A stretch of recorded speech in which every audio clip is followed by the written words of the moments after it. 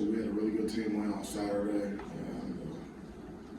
in all three phases we played, complimentary football, which is what we need to do to be able to win games. Our goal is to play our best football in November, and we want to finish strong. So we got back to work this morning. Guys are really focused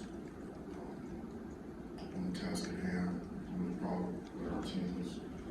Coaching staff has stuck together the entire season and always worked to improve and get better. Really good practice. We got a strong opponent in Indiana.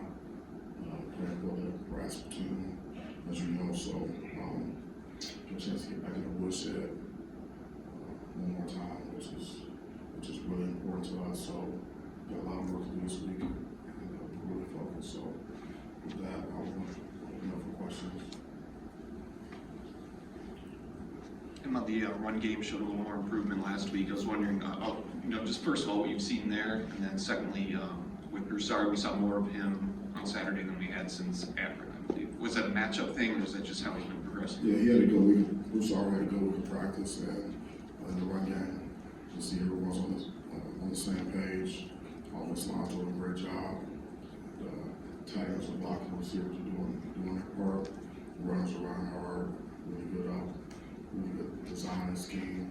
Jay and Cap and the offensive staff doing a really good job of putting a plan together that we can execute against the looks that we knew we were going to see, and then Peyton obviously doing a really good job of getting us into the right plays and out of potentially poor plays because of the looks that we get. So it's overall better execution. I'm wondering, with the linebackers, what did you see on tape from not just Cal, but with Aaron? That seemed like they were very active. And then when you were able to drop Henderson and Spencer in there and some of those dime packages, what does that do in the middle of the field? Oh yeah, so our linebackers, like I said, very active, playing fast, being physical, really trusting their teammates, knowing where they're good, and just playing with really high motor. Those two guys are really good players. All those guys are there playing good football for us, playing better. When you get into a dime package, you just get more speed on the field, can match up a little better in terms of coverage, and the opportunity to disguise a little bit better as well when you can match personnel, and you can get like 6 defensive backs on the field in some of those passing situations. I mentioned last week that he had started to see different defensive coverages on him, and more, Illinois put their top corner on him a little bit. Is that something that you're seeing more and more throughout the season, the way people are playing him and sort of respecting him? And is that going to be the next step for him, a little bit dealing with different coverage? Yeah, well, obviously he's a really good player, and we have other good receivers, obviously. So, but I think we can expect to see some more split safety coverages and some roll up situations, and as we go. And that's why we have to get a run the ball. We can't let people line up with split safety coverages and be able to stop our run game. And back to the run game, but also in pass protection, we see two starters out on the offensive line, and we're effective on the ground, and no sacks allowed. I was wondering just what you've seen from those guys that have stepped into the lineup and been key contributors. Yeah, next man up, and Coach Cap does a really good job developing players, and not just the starters, but the guys that are behind them. So when we need guys to step up, they're prepared to do that. And so he's doing a heck of a job, and those guys are doing a heck of a job, working hard and preparing. But it's been like that in other positions. It's really just next man up. I'm really impressed by the way those guys have stepped up and been productive within the scheme, and just doing what they're coached to do. Mel, I think yesterday in the NFL, 3 kickers missed extra points that cost a couple teams games. for Ben to bounce back the way he did, make those 2 kicks in the fourth quarter, what does that say about him? He said afterward up there that he thought he could have made a 52-yarder with the wind behind him. You had those conversations with him before the game, and do you know exactly what he's capable of? Yeah, like I said, I don't talk to the kickers very much, but, you know, Ross is our special teams coach, and, we get the range, coming out of pregame warm-ups, going both ways, whether it's with the wind or against the wind. And so, we know what the ranges are going into the game. If something changes, then we'll make our adjustments. So, we were in range and they did a really good job executing. And we thought that the game would possibly be decided with special teams. So special teams was a huge factor in the game. Talking about Brandon Baldwin and the new offensive lineman, how has he progressed since earlier in the season when he had a starting opportunity? Where do you see him developing? He just has more experience. Obviously, he's playing with confidence. He's a big man. He's athletic. He's developed into a very productive player. But he's just got more experience. He's been on the field a lot more. Now, as you get to this point in the year, every year, and you get like a final home game for people, and you see guys are late in their careers with time running short. I'm wondering what the conversations with guys you've known for in this case for a couple of years change if you have sort of in-depth life conversations with guys and sort of where you are with the relationships with some of the guys that are time is short in your program. Yeah, well, we always have life conversations. That's part of coaching and teaching and leading. And so we just want to honor, our seniors by playing as hard as we can, giving them the best chance to finish strong. But certainly, guys are just focused on this next game, and that's what's most important right now is our preparation and stacking days here this week in preparation for this last home game. So really, that's our focus right now. Mel, I'm wondering what stands out to you about Indiana's passing game, and you guys have played some good ones. Are there any similarities in terms of how they try to stress you with some other teams you guys have faced? Yeah, well, they have some really good players. They like to spread you out. Quarterbacks have really strong arms, and they'll take shots. And they pretty much they do it all. They got the screen game, they got the short pass game. They'll hit you deep. They get the ball, they move it around. They have a really good tight end that they like to scheme and try to get the ball to him. They have potential to be very explosive. And obviously, your whole focus is on this one game, but for you guys, what you've gone through the season, what would it mean to get that 6th win and become bowl eligible, and what that guarantees more practice for their game home? Yeah, well, we talked this morning about not really talking about becoming bowl eligible. Just focus on playing our best game this season, our best 60 of complementary football, and focusing on what it takes to be able to get what we want on Saturday. That's a process. So we're not focusing on the outcome. We're really focusing on the day-to-day process of stacking days, what we have to do, each and every day to prepare. The required work and then the unrequired work, on and off the field. That's really where we have a very narrow focus. We can't get ahead of ourselves. There are certain things that we have to do in preparation for the opportunity on Saturday. And that's our process. That's our mindset. I'm wondering, kind of revisiting the situation with the 8 players. We got after the game that the police report had been sent to the prosecutor's office. I guess for you guys internally, what are the next steps that you go through, and does it remain day-to-day, or when do you make those determinations? Yeah, we don't have it. I don't have any more information, so it's still day-to-day for us. Going off of that, are you at all frustrated with how long the investigation has taken? Or do you feel like your team's in limbo just with the decision that you made with the players that you've suspended? Yeah, I don't judge it good, bad, right, or wrong. It just, it is what it is. That's the information we have. We decide what we need to do next, and we're focused on this game.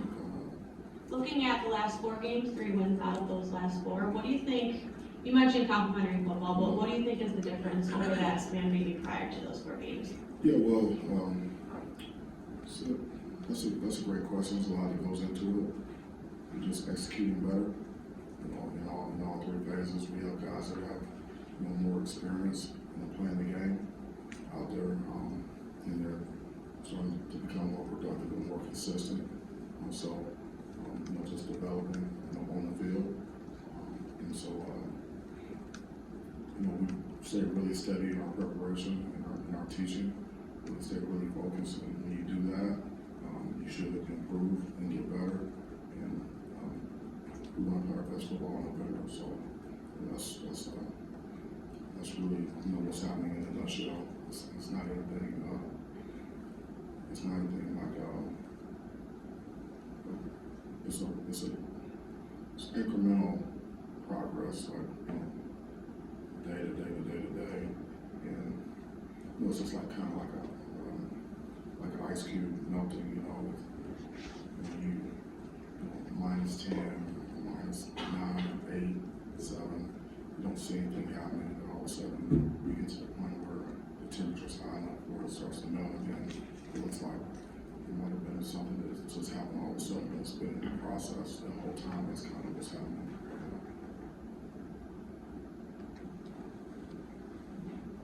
Defensively, you've obviously been able to show improvements and keep the score down, but run defense, I think it's 7 straight games you guys have allowed in 100-yard individual rush. Is there anything schematically, or is it opponents or what that's contributed to giving up a lot of yards on the ground, including this last week? Yeah, so the scheme is sound. We don't really have schemes that aren't sound. We really don't believe in that. Everything we have is it's adjusted out to all the formations. It's cap sound, whether they're base defense, or some type of movement or some type of pressure. Everything is pretty much on paper sound and solid. It comes down to execution for us. Everyone's got to do their job in the run game. Perimeter run force was an issue for us in the last game. Really, from the C gap out, and so we just have to do a better job with that. But as we prepare this week, we know we're going to be tested, and we have to play better. In the run game, we just have to do that, and they do a nice job. They have good runners, and they're physical.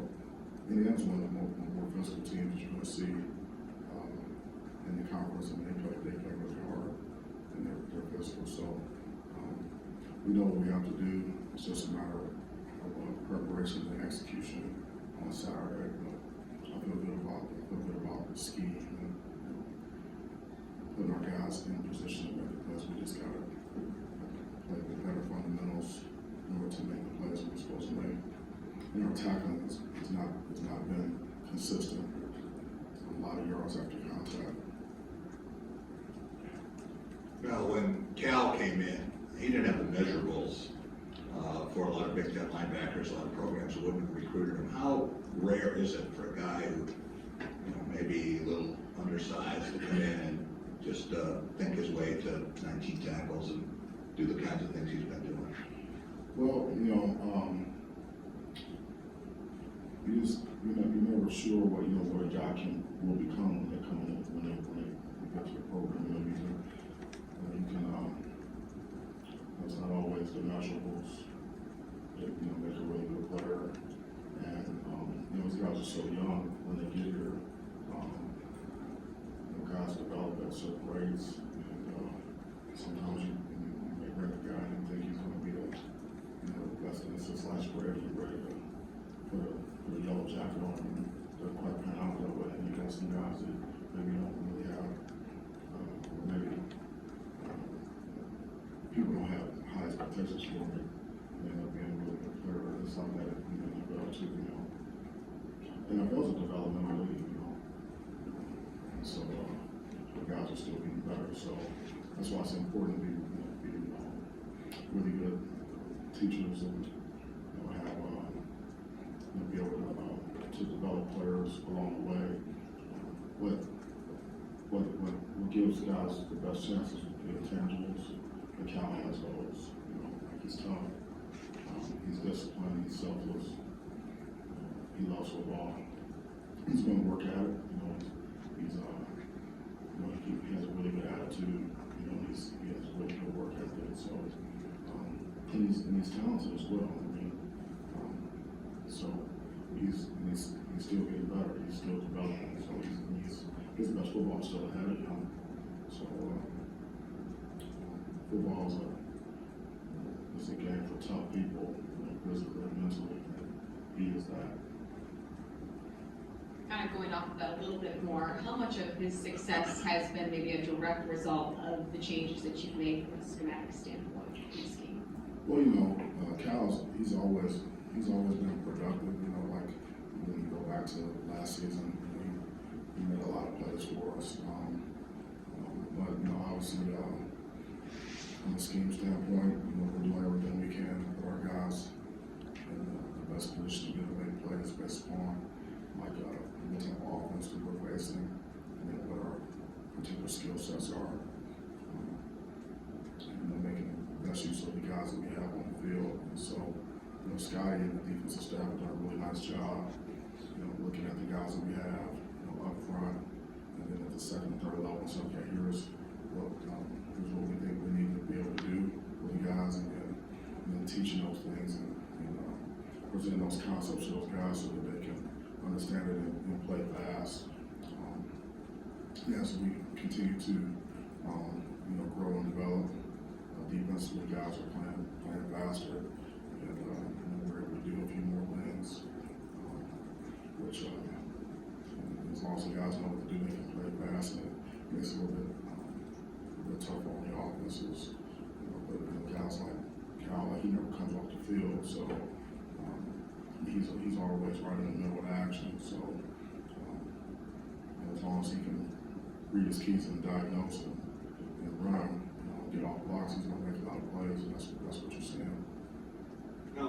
You mentioned incremental progress, but do you see the team playing more confidence in the last 4 games rather than maybe earlier in the season, especially some of the younger guys? Yeah, well, that's what happens when you have experience and you start to